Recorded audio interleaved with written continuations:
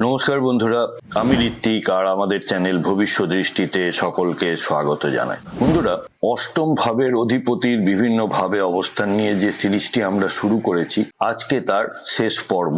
আমরা আলোচনা করব অষ্টম ভাবের অধিপতি যখন 12তম ভাবে অবস্থান করেন তখন জাতক বা জাতিকা জীবনে কি ধরনের ফলাফল লাভ করে থাকেন।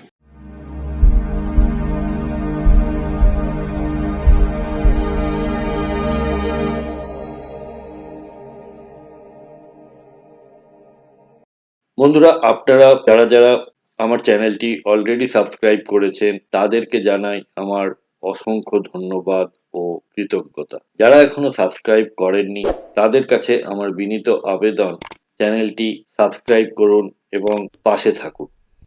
অষ্টম ভাবের মূল তাৎপর্য হলো গভীর রূপান্তর, অর্থাৎ ট্রান্সফরমেশন।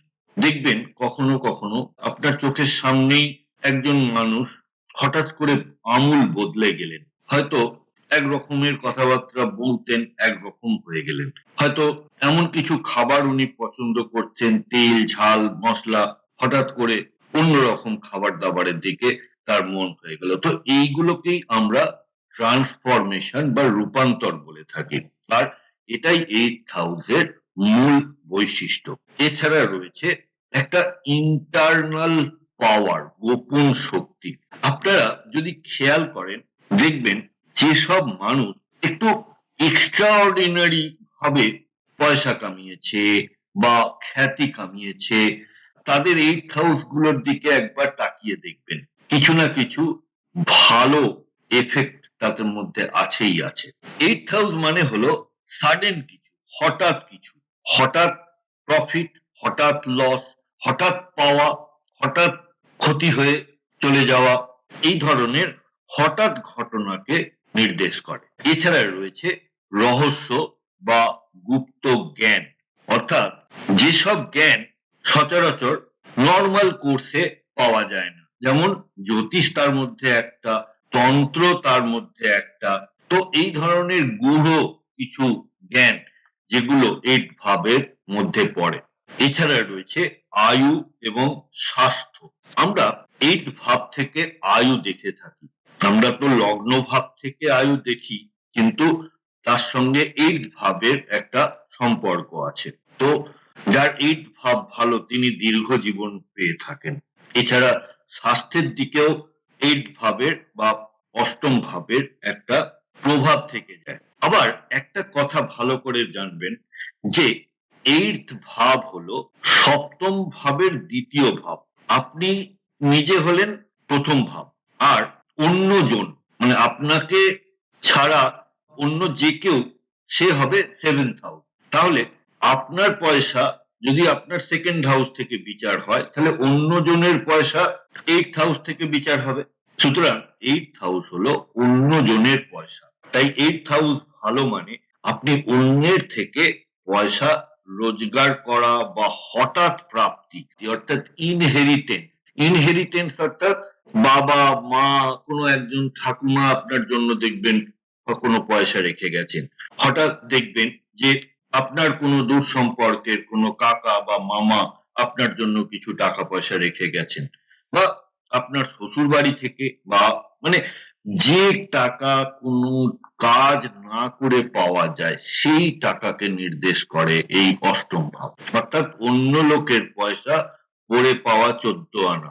বন্ধুরা, 12তম ভাব বলতে আমরা বুঝি ব্যয় ও ক্ষয়, অর্থাৎ আপনার লস বা ইনভেস্টমেন্ট বা আপনার খরচ, বিদেশ যাত্রা, নিঃসঙ্গতা বা একাকিত্ব বা ধ্যান, গোপন শত্রু, মুক্তি বা মোক্ষ লাভ করা, যেটাকে হিন্দিতে মোক্ষ বলা হয়, স্বপ্ন বা অবচেতন মন, অর্থাৎ আপনার সাবকনসিয়াস মাইন্ডকে এই 12তম ভাব থেকেই দেখা হয়। তাহলে অষ্টমপতি যখন 12তম ভাবে অবস্থান করেন তখন আধ্যাত্মিক জাগরণ অত্যন্ত তীব্র হয়, জীবনে একাকিত্বের অভিজ্ঞতা লাভ করে থাকেন, ব্যয়ে ওঠানামা। অষ্টমপতি যখন 12তম ভাবে অবস্থান করেন তখন বিদেশ যোগ প্রবল হয়, অর্থাৎ আপনার বিদেশের সঙ্গে কানেকশন, বিদেশে যাওয়া বিদেশে সেটেল করা, এই ধরনের যে কানেকশনগুলো সেইগুলো খুব স্ট্রং হয়ে যায়। অবচেতন মন অত্যন্ত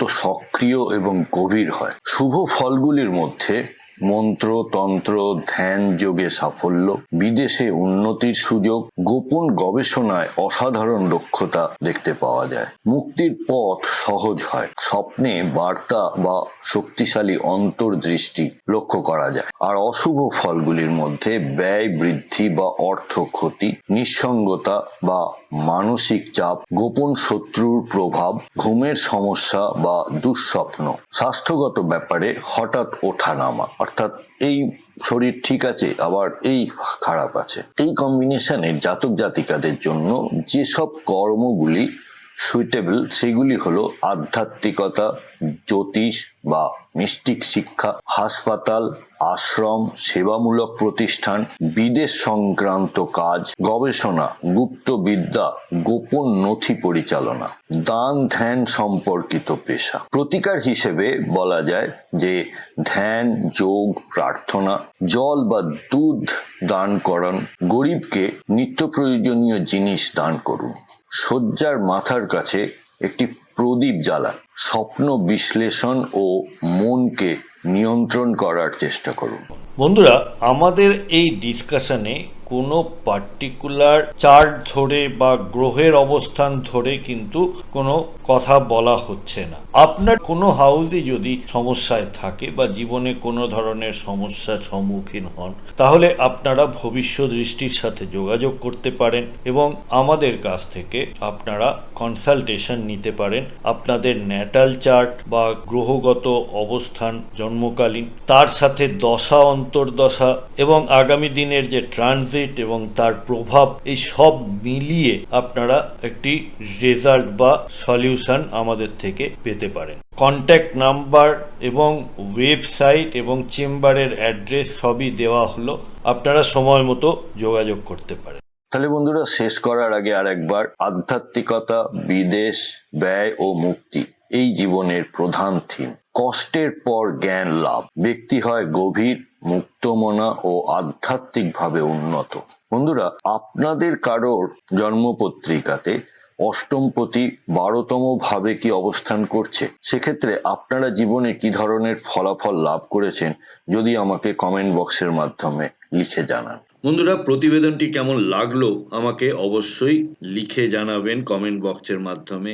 যদি ভালো লেগে থাকে তাহলে একটি লাইক করবেন আর আত্মীয় স্বজন বন্ধু বান্ধবের সাথে শেয়ার করতে ভুলবেন না। আজকের পর্ব এখানেই শেষ করছি। সাথে থাকার জন্য অনেক ধন্যবাদ।